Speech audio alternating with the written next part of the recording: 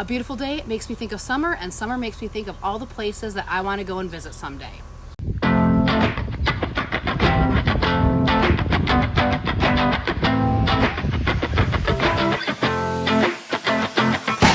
Michigan is home to many beautiful national landmarks.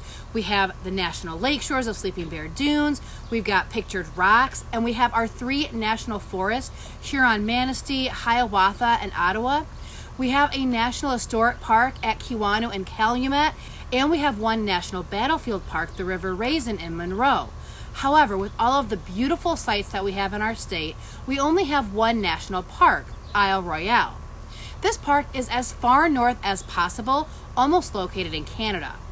Interestingly enough, Isle Royale wasn't Michigan's first national park.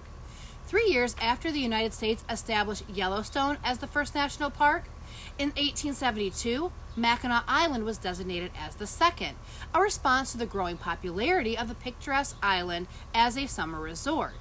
In 1895, Michigan Governor John Rich requested that the Mackinac National Park and the recently decommissioned Fort Mackinac be turned over to the state of Michigan. The federal government did so, and Michigan wouldn't be home to another national park until April 3, 1940, when Isle Royale was established. Unsurprisingly, this park has a rich history, along with fantastic flora and fauna, and one of the main reasons that I want to get up there, you can even see a moose. The history of the island dates back to 3000 BC, as evidenced by large amounts of copper artifacts found in native mounds and settlements. A Jesuit missionary named Claude de Blanc wrote of an island known as Manong that was celebrated for its copper. In the 1840s, these mines were reworked and evidence was found from stone hammers, copper artifacts, and places where copper had been worked out of the rock but not harvested. Mining copper wasn't the only economy on Isle Royale. There was a lucrative fishing industry as early as the 1830s, and in 1837, the American Fur Company opened fishing posts and erected fish houses, some of which still stand today. In 1840, Michigan's first geologist, Douglas Houghton, helped trigger the first great mining boom of America's history, which earned him the title of Father of Copper Mining in the United States. This was especially true in the Upper Peninsula. Mining was not easy work, and there were many injuries and deaths as a result. Drowning down in the mines would happen, along with accidents and other illnesses, especially the dreaded dysentery, were all common killers. In 1847, Isle Royale reached its peak population of 120 people, and more than a dozen mining companies had established sites there. Since the park is made up of numerous small islands surrounding the main island, ships had to be guided by lighthouses. Most of these lighthouses are still standing and can be visited today. The area has notoriously harsh winters and dramatic underwater topography, which has led to several shipwrecks, and the lightkeepers there would have to help in many ways. In fact, during one particularly ferocious storm in December of 1906, the assistant keeper of the Passage Lighthouse had to ride out to Blake Point to rescue the crew of the stranded Monarch craft after a particularly fierce storm. Many of these shipwrecks are still intact and well preserved due to the cold, fresh water, which brings a lot of scuba divers there. By 1890, business owners realized that copper mines were no longer making money. The Isle Royale Land Corporation began making plans to develop the island as a summer resort to rival Mackinac Island. They built cottages for rent and allowed other groups to camp. The Island Mine Company and Isle Royale Land Corporation sold many small tracts of land to buyers wanting to either build resorts or have their own escape in the north. In 1901, a Duluth shipping line began running excursions to Washington Harbor.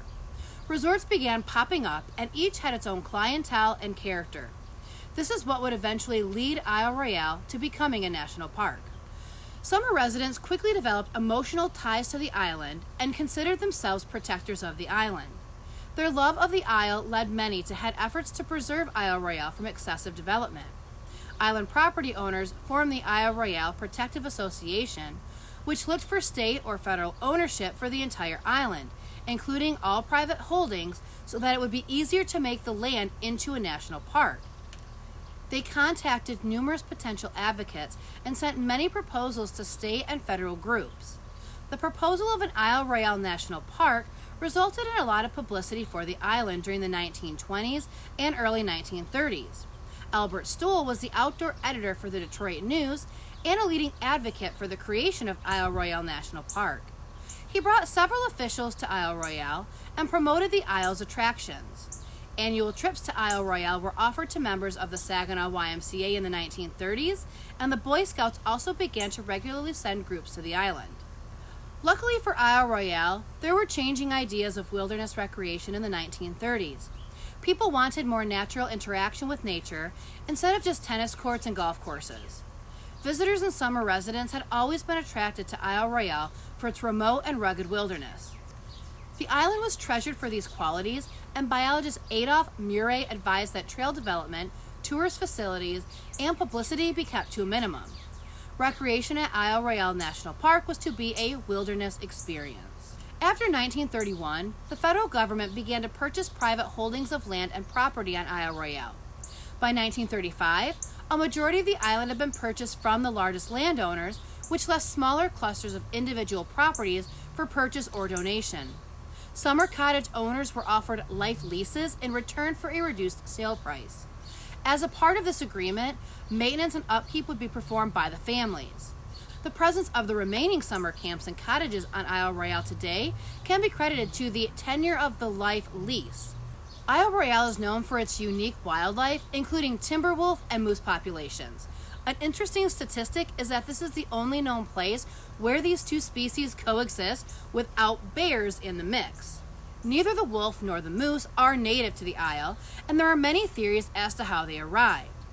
The wolves most likely came over on the ice during the winter, and it's believed that the moose were brought over from Minnesota to create a private hunting preserve in the early 1900s. Other wildlife include otter, beaver, red fox, Cooper's hawk, golden eagles, loons, and many different species of fish, amphibians, and reptiles that are common in northern Michigan. Isle Royale National Park is car-free like Mackinac Island and has 893 square miles of forests, lakes, and waterways where all this wildlife can roam. It boasts over 165 miles of hiking trails, spectacular harbors with many kayaking and canoeing routes, picturesque 19th century lighthouses and dive sites where visitors can actually explore several shipwrecks. If adventure in a true wilderness setting is what you love, then this beautiful, secluded, and tranquil national park is the ideal place for you to visit during your next Michigan vacation. I hope to get there soon, and I hope you do too. Thank you so much for watching, and have a great day.